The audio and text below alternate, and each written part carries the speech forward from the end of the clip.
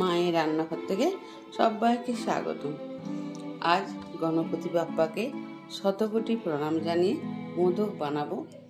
সামনেই তো এসে গেল গণেশ চতুর্থী, তাই নারকেলের মোদকটা বানাবো আমি। এখানে দেখুন আমি ডিপ ফ্রিজে রেখেছিলাম, তাই যে নারকেলের জলটা এরকম বরফ হয়ে গেছে, তো এই বরফটা আমি জলে একটু ভিজিয়ে দেবো। আর দেখুন কত সহজে ছেড়ে যাবে। এরকম নারকেল হয়তো বেঁচে গেল বা কিনে এনো ডিপ ফ্রিজে যদি রেখে দেন, 1 বছর ঠিক এইভাবেই থেকে যাবে, খারাপ হবে না। আমি নারকেল কোড়া রেখে দিই ফ্রিজে, তো এখন আমি কোড়াটা রাখিনি, কারণ এই উপরের যে কালো খোলাটা আছে একটু পরিষ্কার করে ছাড়িয়ে নেব। ছাড়ানো হয়ে গেছে দেখুন। এবার পিলারের সাহায্য আমি খোলাটা ছাড়িয়ে নেব।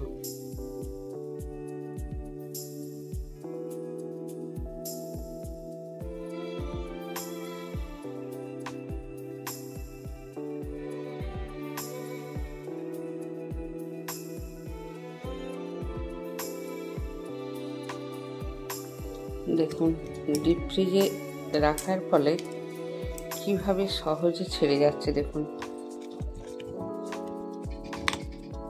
একটু চাপ দিতে হচ্ছে, কিন্তু সহজেই দেখুন একদম ছেড়ে গেল।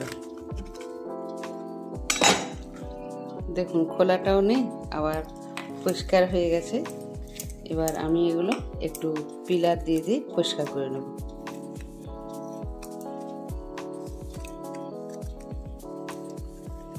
এইভাবে যদি ডিপ ফ্রিজে রেখে দেন তাহলে দেখবেন ছাড়াতেও কোনো কষ্ট হবে না, কারণ নারকেল ছাড়ানোটা ভীষণ কষ্ট।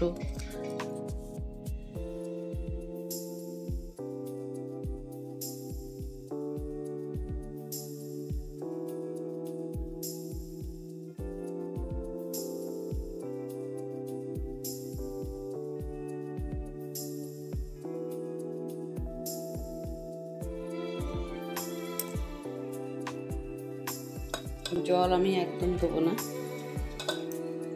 এখানে ফ্রেশ ক্রিম দিচ্ছি, আমি অর্ধেকটা দেবো।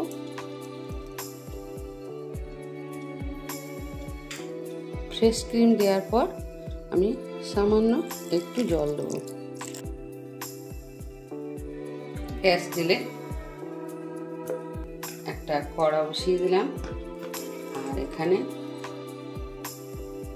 2 থেকে 3 চামচ ঘি, একটু বেশি হলেও কোনো অসুবিধা নেই।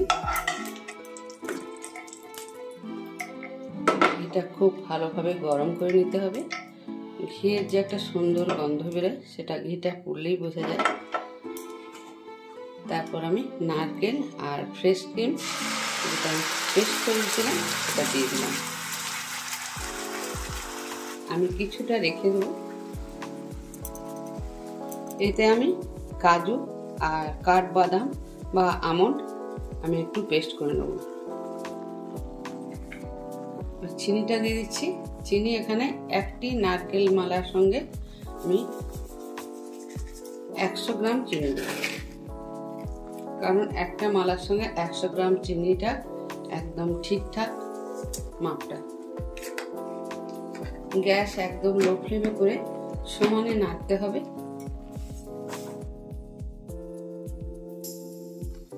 এখানে মিল্ক পাউডার দিচ্ছি, 3 চামচ দেবো। মিল্ক পাউডার কম বেশি দিতেই পারেন।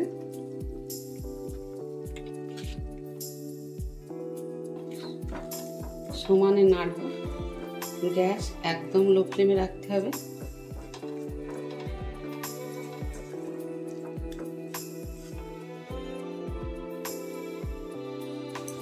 আমি 10 থেকে 15 মিনিট আমি এইভাবে গ্যাস কমিয়ে সমানে নেড়েছি।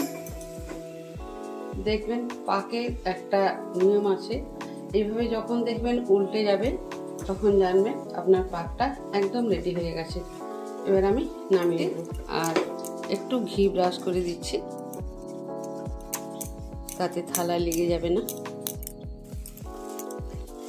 এবার থালায় ঢেলে দিচ্ছি।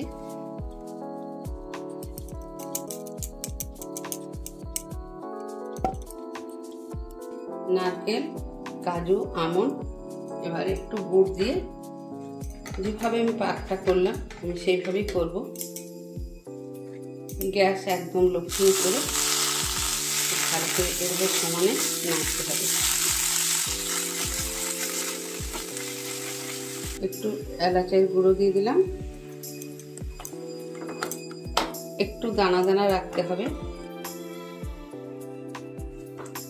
একদম রেডি হয়ে গেছে। প্রথম আমি গুড়ের গুলো একটু গোল গোল করে রেখে দিচ্ছি। যে মোদকের মোল্ড, এখানে একটা বড় সাইজের আছে। এই মোল্ডে একটু ঘি লাগিয়ে নিচ্ছি।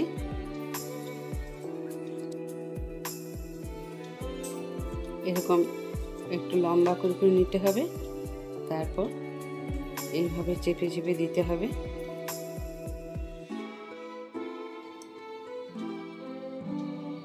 তার পুরটা দিয়ে দিলাম। খুব ভালোভাবে ভরা হয়ে গেছে দেখুন। এবার আমি খুলে নিচ্ছি। দেখুন কি সুন্দর হয়েছে।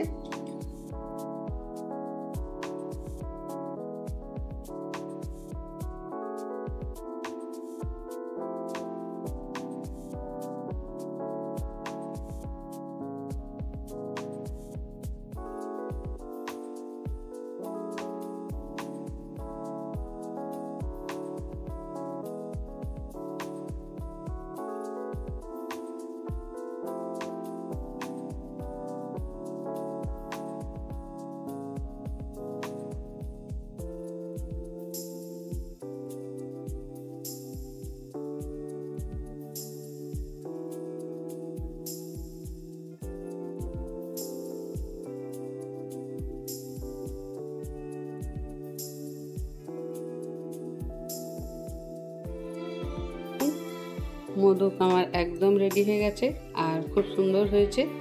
এখানে আমি পেস্তা দিয়ে দিচ্ছি। আর এই দুটো যে ভেতরের ফিলিংসটা বেঁচেছিল সেটা দিয়ে আমি দুটো মোদক বানিয়ে নিলাম। মোদকের ভিডিওটা আপনাদের কেমন লাগলো মূল্যবান মতামত জানাবেন। ভিডিওটা লাইক শেয়ার সাবস্ক্রাইব করার অনুরোধ রইল। সবাই ভালো থাকুন, সুস্থ থাকুন আর গণেশ চতুর্থীতে সবাই খুব ভালোভাবে আনন্দ করে দিন কাটান। ধন্যবাদ।